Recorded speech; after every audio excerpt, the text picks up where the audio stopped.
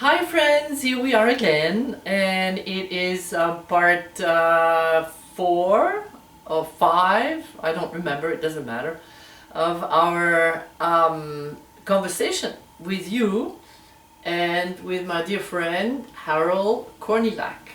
Dr. Kornylak and me have been friends for some 30 years. And if you notice, we were talking about polyamory versus monogamy. Well, we are now a polyamorous show because we have added a new couple in our interaction. We have introduced you to the symbol of Skydancing Tantra, the union between your inner man and your inner woman. And now we want to talk about the mystical dimension of those Skydancing tantric practices and what kind of epiphany they have brought us, what we have noticed. And before I go on, I just want to show you this book. It's my new book, Love, Sex and Awakening, and it is my best book. And if you want to really find out about the history of Tantra in the West, please buy this book, because it will tell you about all the amazing initiations and adventures that I had to go through to be able to bring Skydancing Tantra back to Earth and back on this planet after it was forgotten for many centuries. So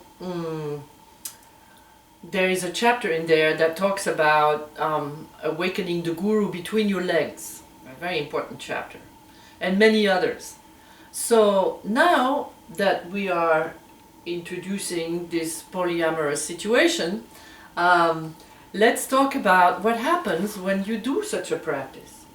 I would say that what happens is you take the energy from your sexual center, you move it through your energy centers or your chakras, which are basically corresponding to your endocrine system, all the way to the crown, and then your excitement and your orgasmic power is transformed from raw libido, needy excitement, wanting, to melting in the heart with your partner, in a sense of being one with each other, in a sense of compassion, passion with, to expanding your energy beyond the boundaries of your body, which is spaciousness, to oneness with all that is.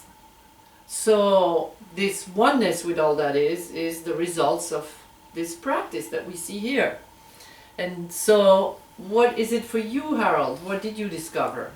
Well, as you're saying, see, I find that most people's concept of sexuality, what I've noticed, is a matter of sort of compressing it and pushing it out and done with. In fact, I think that for many people the experience is so intense that they need to end it. It's like, I can only stand this total dissociation and loss of myself for a few seconds, so I need to end my orgasm now.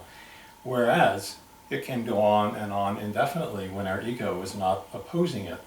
And so one of the most important concepts for me was understanding the concept of relaxation in high states of arousal. Yes. See, normally we think of personal growth or self-development as, oh, it's work and it's hard to do. And so we work harder and harder, and the tighter we get, the less energy can flow. And so it's exactly the opposite. It's a matter of relaxing into it. And so how do we find something that when we relax into it, it actually takes off instead of goes flat? Well, the key is we need to find the pleasure in it. So then, instead of forcing ourselves to do, oh, I need to do this because it's good for me, I need to do this, good for me, instead it's like, oh, this feels so good, let me feel more of it. And what we find, paradoxically, is that pleasure is healing.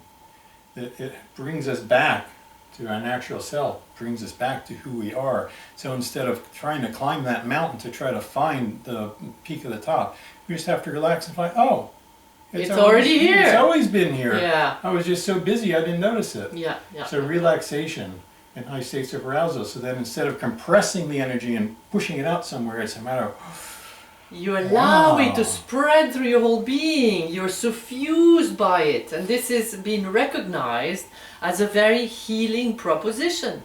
And so in our next segment, we invite you to come back because we're going to tell you how you can do that. Bye for now.